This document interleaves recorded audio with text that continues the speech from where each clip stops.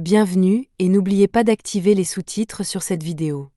Steve était le plus grand garçon de sa classe. Il aimait courir, sauter et grimper aux arbres.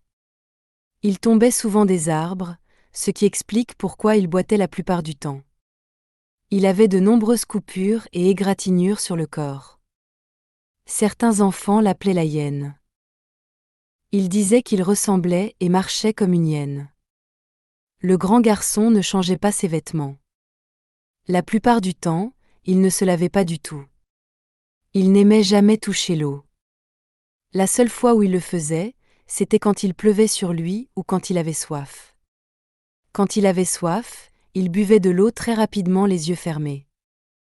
Lorsqu'on le forçait à se baigner, le grand garçon éclaboussait de l'eau partout, s'assurant que très peu d'eau touchait son corps. Donc, le grand garçon sentait très mauvais. Il n'avait pas d'amis. Personne ne voulait s'asseoir près de lui en classe. Et ce n'était pas tout. Le grand garçon ne se coiffait jamais. Les ongles de ses doigts et de ses orteils étaient longs et sales. Son lit était toujours en désordre et il ne le faisait jamais. Sa chambre était très en désordre, avec des morceaux de papier, des vêtements sales et des chaussures traînant par terre. Tout le monde lui avait parlé de rester propre. Sa mère lui rappelait toujours de rester propre et ordonné. Mais le grand garçon n'écoutait jamais. « Steve, nettoie ta chambre maintenant. »« Oui, maman.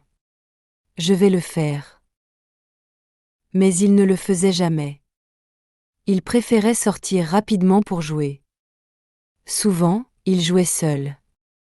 Il était très brutal. Personne ne voulait jouer avec lui. Quand il essayait de rejoindre d'autres enfants pour un jeu, ils s'éloignaient tous. Cela lui arrivait souvent. Il se sentait mal. Parfois, le grand garçon n'écoutait pas son professeur en classe. Un jour, le professeur donnait une leçon de mathématiques. Des enfants jouaient au football dans le champ. Le grand garçon n'écoutait pas le professeur. Il regardait le match par la fenêtre. Le grand garçon souhaitait être dehors dans le champ. Il aimait jouer au football. Les enfants sur le terrain s'amusaient vraiment. Puis l'un d'eux a marqué un but. But !» et a crié le grand garçon. Il a choqué tout le monde. Il avait oublié qu'il était en classe. Tous les enfants regardaient le grand garçon. Il avait envie de se cacher sous le bureau. Il s'était vraiment ridiculisé. Il pensait que le professeur allait le punir. Il était très effrayé. Mais le professeur lui a simplement dit de se taire. À partir de ce moment, le grand garçon a commencé à faire attention en classe. Il a commencé à bien travailler. Mais le grand garçon avait beaucoup d'autres problèmes. Il mangeait de la nourriture avec des mains sales. Il ne nettoyait jamais les fruits qu'il mangeait. Il mangeait des mangues sales, des bananes sales et des oranges sales. C'est pourquoi il était souvent malade. Parfois, il avait mal à l'estomac, et d'autres fois il avait mal à la tête. Il y avait toujours quelque chose qui n'allait pas avec sa santé. Un jour, le grand garçon est tombé malade. Il avait chaud partout. Il a vomi et son estomac lui faisait très mal. « Maman, est-ce que je vais mourir ?» demanda le grand garçon d'une voix faible. « Non, mon fils. Tu vas aller bien. Je t'emmène à l'hôpital tout de suite, » dit sa mère. À l'hôpital, le médecin a examiné le grand garçon.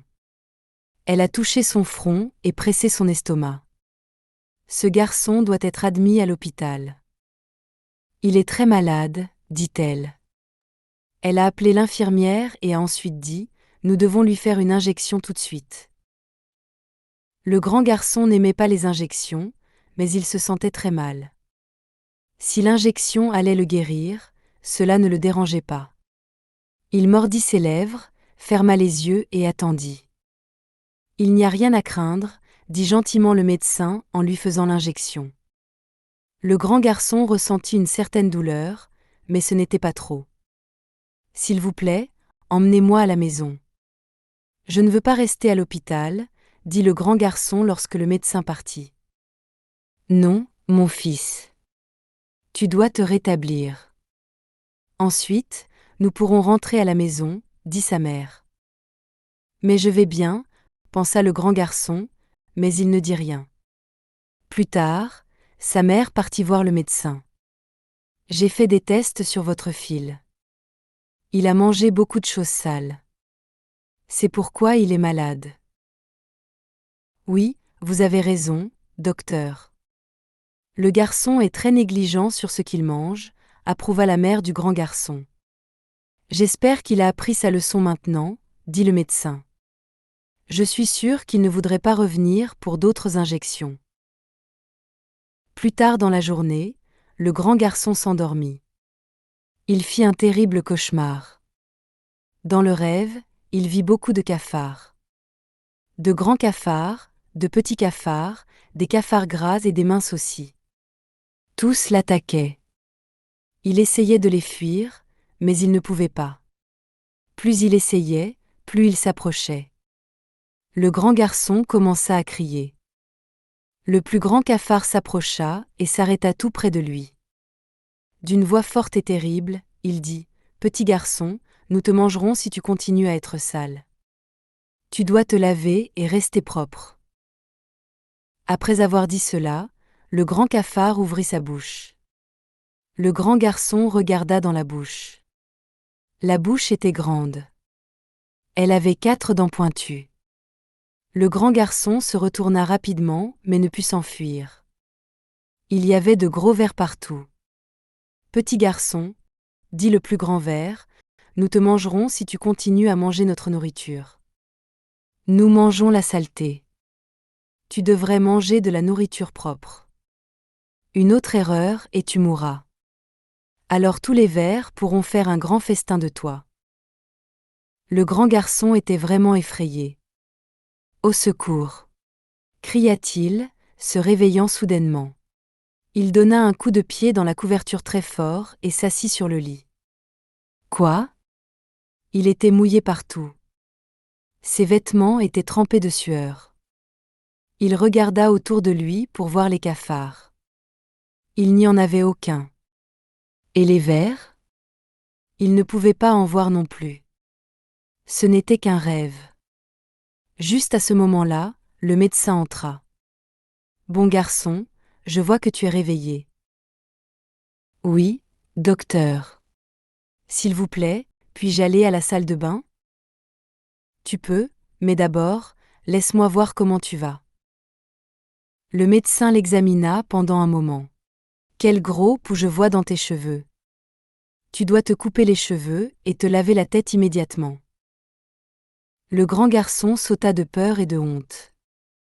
Il pensait que le médecin avait vu des vers sur sa tête. « Oui, docteur. Je le ferai dès que je rentrerai chez moi, » dit le grand garçon. « Je promets, docteur. Je ne serai plus jamais sale. » Je suis contente de l'entendre. Tu dois te maintenir propre. Allez, va maintenant à la salle de bain. Je te verrai plus tard. Le lendemain, le grand garçon rentra chez lui. Il était un garçon changé. Il pensait souvent aux cafards et aux vers. Chaque fois qu'il y pensait, il touchait ses cheveux et regardait ses vêtements. Personne n'avait besoin de lui rappeler de se baigner chaque matin. Il se lavait les mains et ses fruits aussi. Sa chambre était très propre. Quand il retourna à l'école, tout le monde vit combien il avait changé. Ses cheveux et ses ongles étaient courts et nets. Ses vêtements étaient propres et repassés. Le grand garçon n'était plus brutal. Tous les enfants l'aimaient maintenant. Ils voulaient être amis avec lui. Ils disaient qu'il était maintenant gentil, doux et travailleur. Ils disaient qu'il ne l'appellerait plus la hyène. Quand le grand garçon regardait comment sa vie avait changé, il souriait pour lui-même. Tout le monde aime un garçon propre et travailleur, disait-il. Seuls les vers, les cafards et les poux aiment un garçon sale et paresseux. C'est fini entre moi et ces petits animaux. Je ne serai plus le sale garçon. Un matin ensoleillé, une annonce spéciale fut faite lors de l'assemblée de l'école. Le directeur se tenait sur la scène avec un large sourire. Bonjour, élèves. J'ai des nouvelles excitantes. Nous allons faire une excursion scolaire la semaine prochaine. Il y aura de la randonnée, une visite au zoo et un pique-nique au bord de la rivière. Toute l'école était excitée. Le grand garçon, désormais connu par son vrai nom, Steve, ressentit un mélange de joie et d'anxiété. Il aimait l'idée du voyage, mais s'inquiétait de s'intégrer et de s'amuser avec les autres. Son ancienne réputation le suivrait-elle encore ? Pendant toute la semaine, Steve se prépara méticuleusement pour le voyage. Il emballa des vêtements propres, des collations et même une petite trousse de premiers soins. Sa mère était fière de lui et l'encouragea à profiter de lui-même. Le jour de l'excursion arriva, et les élèves montèrent dans les bus avec leurs professeurs. Steve s'assit à côté de son camarade de classe qui avait remarqué les changements positifs chez Steve et avait commencé à devenir ami avec lui. « Es-tu excité, Steve ?» demanda son camarade avec un sourire. « Oui, je le suis. Je n'ai jamais été à Green Valley auparavant, » répondit Steve. Le trajet en bus était rempli de rires et de chansons. Steve se joignit à eux, se sentant plus accepté que jamais.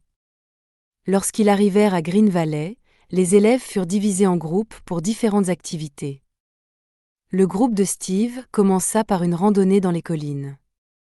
Le chemin était raide et difficile, mais les longues jambes et l'énergie de Steve en firent l'un des grimpeurs les plus rapides. Il aida ceux qui avaient du mal, gagnant leur gratitude et leur respect. « Merci, Steve. Tu es vraiment bon à ça, » dit Lily, une des filles de son groupe. Après la randonnée, ils visitèrent le zoo. Les élèves s'émerveillèrent devant les animaux, et Steve se retrouva fasciné par les singes. Il lui rappelait ses jours de grimpeur d'arbres, et il partagea des histoires drôles sur ses chutes, faisant rire tout le monde. Quand ce fut l'heure du pique-nique, les élèves se rassemblèrent près de la rivière. Ils déplièrent leurs couvertures et déballèrent leur déjeuner. Steve remarqua un groupe de garçons jouant au football à proximité. Son cœur battait la chamade. Il voulait se joindre mais hésitait, craignant le rejet. « Et Steve, veux-tu jouer ?» appela Mark, l'un des garçons. Le visage de Steve s'illumina. « Bien sûr, » répondit-il, courant pour les rejoindre. Le match était intense et Steve joua de toutes ses forces. Il marqua un but, et ses coéquipiers l'acclamèrent. « Bon travail, Steve !» cria son camarade de classe, lui donnant un high-five. Pour la première fois, Steve se sentit vraiment accepté. Il réalisa que ses efforts pour changer avaient porté leurs fruits. Les autres enfants le voyaient pour ce qu'il était maintenant, pas pour ce qu'il était autrefois. À la fin de la journée, les élèves se rassemblèrent autour d'un feu de camp. Madame Green raconta des histoires, et les enfants firent griller des marshmallows. Steve s'assit avec ses nouveaux amis, ressentant un sentiment d'appartenance qu'il n'avait jamais ressenti auparavant. Pendant le trajet de retour en bus, Steve réfléchit à la journée. Il avait affronté ses peurs et profité de chaque moment de l'excursion.